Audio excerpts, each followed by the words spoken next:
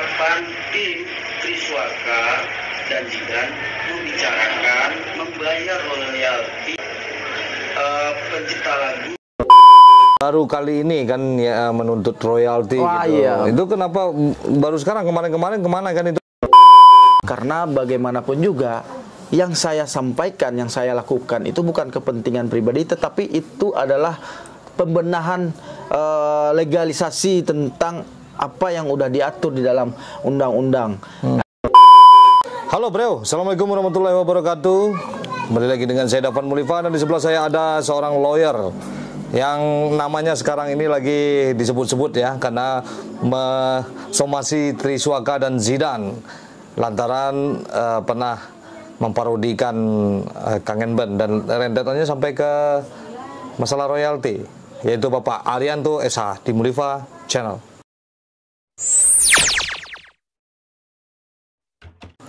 Gimana Pak Arianto ya? Oke, selamat malam Bang. Baik. Ya, jadi kita berbicara nih Pak Arianto sebagai penyambung netizen nih. Wah. Banyak sekali kan kita lihat komen-komen di netizen itu, kenapa baru sekarang, apa itu for kami ya kan? Dan banyak lagi lah yang kita sebutkan. Jadi yang pertama itu dari mana idenya? Dari mulai penghinaan mungkin ya untuk Andika Kangen Band sampai ke royalti. Karena memang saya lihat kan banyak Triswaka itu, mungkin banyak lagi yang lain lah ya, yang mengcover-cover tanpa izin. Nah, ide pertamanya dari mana? Kan atas nama for kami itu. Oke, Bang Dafan Mulifa. Ya, perkenalkan saya Arianto. Kebetulan saya diberi tugas atau dipercaya sebagai ketua advokasi dari bidang Forkami, hukum ya, bidang hukum di Forkami, mengurusi tentang aturan hukum, tentang kontrak, tentang kerjasama, tentang eksistensinya karya-karya teman-teman seniman, acara mungkin ya, mungkin acara badan hukum lah ya. Ya, pokoknya mengenai badan hukum. Nah, bahasa itu ada di dalam ketentuan perundang-undangan yang sudah ada di Indonesia. Tidak terlepas dari itu.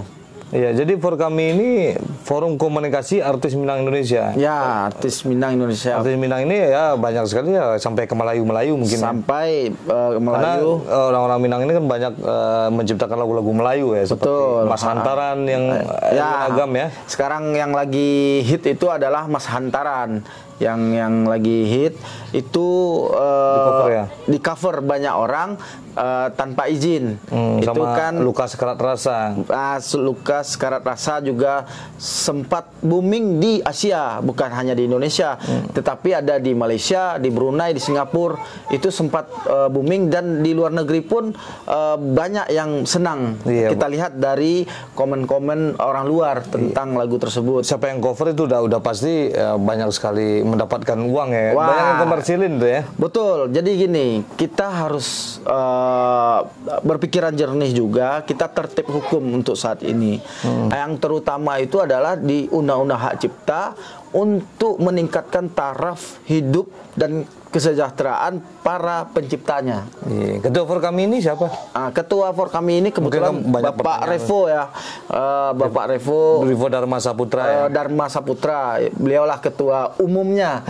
Nah, dan di sana ada bagian ketua bidang. Ketua bidang, kebetulan saya dipilih untuk menjadi ketua bidang bagian advokasi, bagian hukum. Berdasarkan pengalaman saya di bidang seni, maka saya siap untuk membantu Bapak Revo sebagai ketua umum untuk membenahi apapun yang terkait tentang baik kontrak antara manajemen dengan artis, atau pencipta lagu dengan artis, ataupun stasiun TV dengan pencipta lagu dan artis. Seperti itu. Kita selama ini tidak pernah ada undangan seperti ini. Kalau seperti ini kan kita lebih jelas menyampaikan bahwa saya terima kasih juga sama Bang Dafan diberikan kesempatan untuk menjelaskan tentang hiruk pikuknya tentang somasi. Somasi ya. Nah, sesungguhnya ini adalah suara hati para pencipta lagu sebenarnya yang tidak keluar lah ya. Yang kebetulan lagunya juga dikopi oleh orang yang orang tersebut mengkomersilkan lagu dia sendiri dan dia tidak dikasih duit, tidak dikasih fee royalti dengan apa yang telah orang dapatkan. Cita-cita for kami itu satu, bagaimana pencipta lagu dan artis yang membumingkan lagu tersebut atau yang memanfaatkan lagu itu sama-sama sukses. Itu intinya. Dengan gimana sejahtera lah ya. Bagaimana sejahtera yang diatur dan tidak terlepas dalam aturan yang berlaku di Indonesia, yaitu Undang-Undang Hak Cipta. Tapi itu Pak Lawyer kan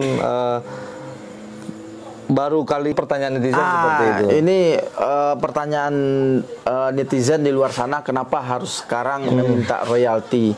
Jadi begini, Bang Dafan, bahwa kita juga memaklumi apa sih pelaku seni itu apa sih? Apa sih karakteristiknya? Pelaku seni itu orang yang sangat baik sekali, orang intelektualnya lebih dan dibumbui dengan jiwa-jiwa yang pemaaf, pengayom dan pembuka jalan buat orang siapapun itu yang sesama pelaku seni. Nah, kebetulan pelaku seni ini jarang sekali orangnya berlatar belakang magister hukum atau orang hukum. Inilah yang menjadi persoalan. Kurang paham juga legalitasnya. Kurang paham untuk menyampaikan legalitas tentang harusnya undang-undang mengatur ini. Dan turunannya adalah peraturan menteri. Dan harusnya para pengcover tahu rambu-rambunya seperti itu. Kebetulan saya ditugaskan sebagai tim hukum. Dari 2005 saya sudah bergabung di dunia seni dan saya kuliah hukum dan sangat nyambung dengan apa yang ditugaskan sekarang. Ini kepentingan pribadi Pak Lawyer apa individu apa kepentingan orang banyak? Jadi gini, ini adalah sebenarnya kepentingan kita bersama. Nanti yang dapat keuntungannya orang-orang nanti lah ya. Sebenarnya ini akan menjadi manfaat bagi anak cucu kita nanti. Karena apa? Ini lagu yang diciptakan untuk ke depan, anak-anak muda ke depan menciptakan lagu apapun, ini akan menjadi passive income buat mereka. Apalagi sekarang kita minta ini ada royaltinya atau izinnya bagi mereka yang mempopulerkan. Kadang-kadang gini Pak Lawyer, YouTube itu nggak nyambung juga sama pencipta. Ya, jadi gini, kalau YouTube, setahu saya orang hukum, mereka mencari aman, biar tidak digugat sama pengacara. Ya, dia mempunyai aturan tersendiri. Setiap lagu yang sama dia connect langsung dikasih beberapa persentase. Tetapi kan mereka tidak mempunyai wewenang menanyakan secara langsung apakah ini udah minta izin atau belum, apakah udah minta punya lisensi atau belum. Tidak. YouTube pun mendapatkan penghasilan dari mereka yang menonton. Seperti publisher. Publisher itu udah dinyata, maksudnya orang yang sudah mempublisher lagunya, tapi padahal lagu orang itu yang dipublisher, gitu. Penciptanya itu gimana? Dan pencipta itu hanya ketika dikasih buat ciptanya aja, misalnya kayak lagu Minang itu kan 500.000. Terus lagu itu booming segala macam, udah publisher mengatur sama produser aja gitu. Ini yang makanya ini yang perlu kita atur. Selama ini pelaku seni takut untuk berbicara ini. Pertama, takut mengeluarkan biaya banyak. Kedua, tidak paham tentang hukum. Makanya itulah gunanya kita bergabung di forum komunikasi artis Minang atau for kami.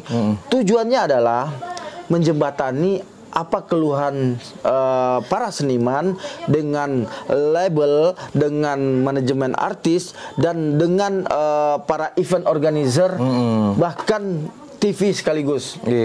Dimanapun ada event organizer, pasti di situ akan dipakai lagu siapapun untuk kesejahteraan penyanyi lah ya. Sebelum dia menyampaikan atau melakukan karya orang, event organizer ini harus connect. Kamu tidak boleh menyanyikan lagu ini ya karena kita tidak mendapatkan izin. Itu harus ada komunikasi. Harus ada komunikasi karena itu kita atur detail-detailnya. Tapi banyak itu, kayak saya kan juga anak pencipta lagu ya, Ayah Edi Anjas, ya, betul. Itu banyak sekali itu lagu Ayah itu di cover, bahkan ada juga beberapa label di Sumbar itu mengcopyright lagu Ayah. Ayah saya sendiri sebagai anaknya untuk mencantumkan lagu itu kena Bennett ya? Kena copyright, malah pakai akun Ayah. Terus kita taruh di situ malah akun Ayah juga hilang.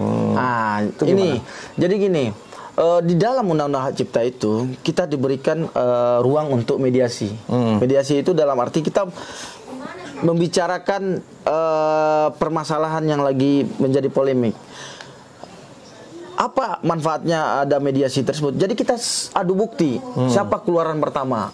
Disitulah nanti hasilnya baru disepakati bahwa kamu tidak berhak menyanyikan ini karena saya mempunyai bukti kuat bahwa sayalah yang berhak dengan data digital seperti ini. Nah, itulah gunanya mediasi. Tapi gini, itu kan mediasi siapa yang lebih dulu memposting kali ya. Betul.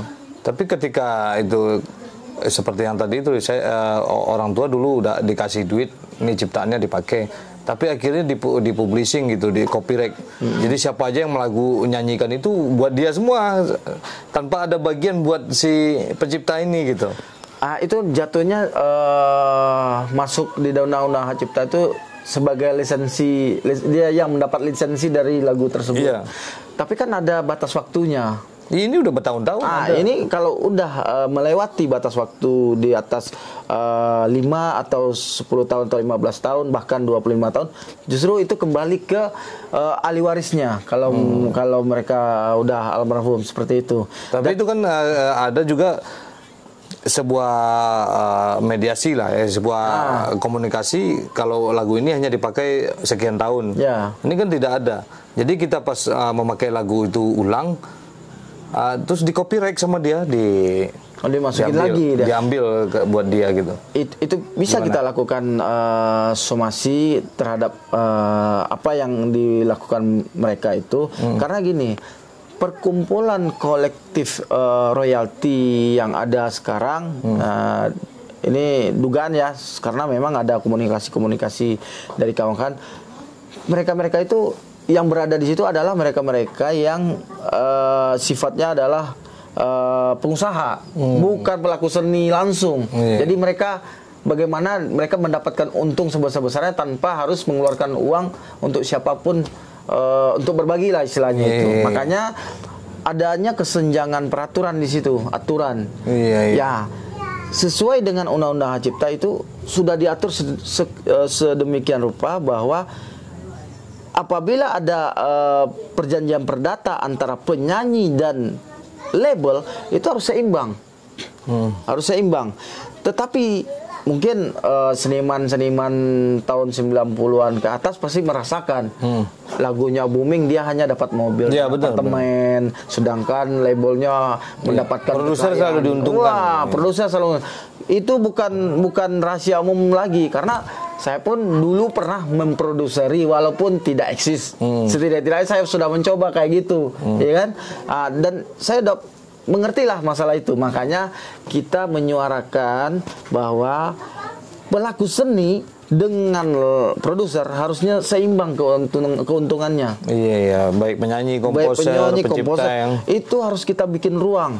Komposer, pencipta, artisnya itu harusnya kita kasih ruang untuk jadi mendapat royalti tiga-tiganya. Itu kan tinggal dibicarakan aja berapa persen saja, yang penting dia dapat sampai kapan dapat, karena mereka lah yang publikasi awal dan mereka lah yang capek-capek untuk memikirkan bagaimana nih lagu ini bisa didistribusikan di luar sana kayak gitu. Itu yang kita pikirkan di For Kami. Itu bisa dijadikan aturan mengikat nanti apabila pihak-pihak perwakilan kita di DPR atau di Kemenkumham tentang hak cipta, itu yang kita mau masukkan. Ini tambahkan aturan ini agar semuanya tertib.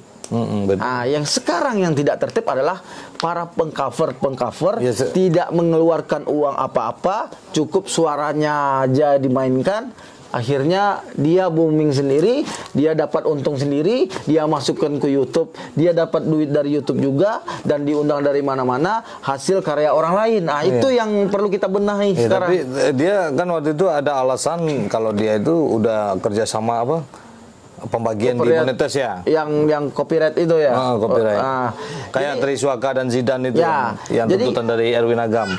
Jadi gini, ini kan perlu pembuktian lagi bahwa apa alasannya YouTube memberikan itu, kan harus tanda tanya. Saya sebagai orang hukum ada tanda tanya besar di situ. Saya mempublikasikan punya orang lain, sedangkan orang lain itu tidak tahu itu punya dia.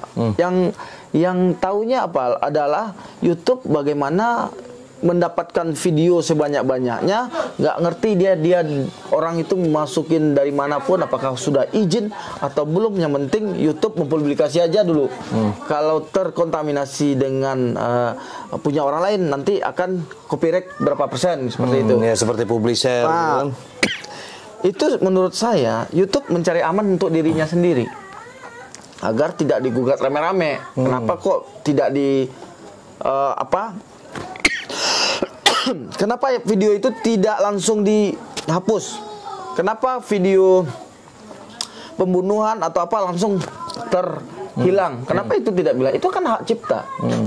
Seharusnya YouTube melarang itu. Oh, terkontaminasi, akhirnya sekarang kan udah ada itu suaranya dimatiin. Sekarang udah mulai tertib lagi nih, suara dimatiin, terus hanya melihat videonya aja. Itu salah satu langkah-langkah yang ke depan kita usulkan ke YouTube. Langsung aja dia hapus, kecuali dia ada izin pun nanti YouTube bisa bertanya langsung ke yang punya lisensi atau yang punya hak cipta awal. Ya, kan berarti bisa aja. Ciptaan itu udah jadi gitu. Kalau itu udah dikerjakan kayaknya sama Triswaka kan di situ udah dicantumkan siapa penciptanya, dan publisher pun udah kebagian publisher dari publisher dari lagu-lagu tersebut ya kan? Ya. Seperti yang disampaikan sama Triswaka sama Zidane itu. Nah itu tuntutan Erwin Agam kan mungkin dia dapat beberapa persen ya Pak Erwin Agam ini dari publishernya, dari pengcovernya. Tapi yang dipermasalahkan itu royalti real mungkin, royalti di kehidupan nyata mungkin, atau gimana sih? Jadi gini Bang, kalau untuk seniman atau kita yang mempunyai rumah, kan kita pengen rumah kita itu ada hasilnya, atau lagu kita ada hasilnya. Kita bangun nih rumah, setidaknya ini rumah bisa saya kontrakin ke siapapun. Tidak boleh dipindah tangankan. Sama kayak lagu, saya ciptakan lagu ini, saya pengennya lagu ini dinyanyikan sama A dengan dapatkan keuntungan. Itu apa jatuhnya? Harus ada perjanjian perdata antara pihak pemilik lagu dengan si artis yang akan mengupload ke YouTube-nya mereka. Berarti si pihak yang kayak Zidane dan Triswaka ini hanya berhubungan dengan publisher dan lisensi aja mungkin. Nah, harusnya langsung ke pemilik lagu ngobrol ya. Harusnya ngobrol. Saya harus dapat presentasi berapa ini kalau saya pakai lagu Abang. Kebetulan lagu Abang kan lagi viral-viralnya waktu itu. Mana tahu saya terangkat juga viral seperti itu. Nah, dia kan dapat untung juga dari itu. Terus kedua, tidak ada ruginya kok dia bayar royalti kepada pemilik lagu, nggak ada ruginya. Memang cita-citanya organisasi-organisasi seni itu adalah bagaimana ada keseimbangan antara artis, pencipta lagu, dan tim-tim kru lainnya itu seimbang.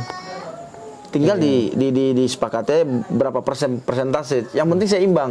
Jangan sampai artisnya kaya raya, penciptanya tinggal digubuk derita, kan nggak mungkin. Ya, benar-benar. Itu mustahil. Kalau lagu itu tidak ada, nggak akan ada artis. Seperti itu. Tapi tidak ada artis, lagu itu ada, bisa dinyanyi dia sendiri atau pakai orang lain masih bisa. Tapi artis belum tentu bisa menyanyikan lagu itu kalau nggak ada penciptanya. Jadi udah sampai mana sekarang kegiatan dari Forkami dan advokasinya? Jadi Forkami memang kenapa melakukan somasi baru sekarang? Sebenarnya kita udah agendakan somasi ke siapapun yang mengcover lagu tanpa izin. Nah, tinggal nunggu waktu aja. Beberapa YouTuber udah kita siapkan nanti. Jadi tahap demi tahap. Kedua nanti adalah kita buat skema atau sistem yang benar-benar berkeadilan. Ini manfaatnya adalah bukan buat saya, tapi manfaatnya adalah buat pencipta lagu, anak cucu pencipta lagu, bahkan anak-anak muda yang sekarang bersemangat untuk memunculkan lagu-lagunya. Bahwa perlu saya kasih tahu, berkaryalah kalian. Intinya pakailah karya sendiri gitu. Pakailah karya sendiri. Suatu saat ini akan menjadi penghasilan passive income kalian. Ibaratnya kalian bangun kontrakan tanpa kalian sadari bahwa kontrakan kalian akan ada hasilnya. Seperti itulah nanti. Nah, for kami lagi membuat sistem itu dan akan minta diusulkan atau dimasukkan, apakah itu akan menjadi aturan internal atau tersistem secara nasional atau secara komunitas atau nanti bagaimana dari Kementerian Hukum dan HAM-nya yang membawahi tentang karya seni dan hak cipta. Intinya kita ada keseimbangan penghasilan antara seniman dengan artis-artisnya, seperti itu. Terus kedua, kita juga lagi membuat sistem bagaimana pelaku seni atau seniman yang tidak punya uang tapi karyanya bagus sekali, karena dia tidak bisa mendaftarkan lagunya ini kepada organisasi royalti. Kita buat juga sebuah badan royalti nasional membawahi semua lagu-lagu yang ada di Indonesia, yang tujuannya mensejahterakan para seniman pencipta lagu tersebut dan keluarganya. Kalau seandainya itu berturunnya kepada keluarga. Tujuannya adalah kita atur seketat mungkin agar mereka mendapatkan haknya, dan mereka tidak perlu mengeluarkan uang di awal, cukup mereka mendaftarkan.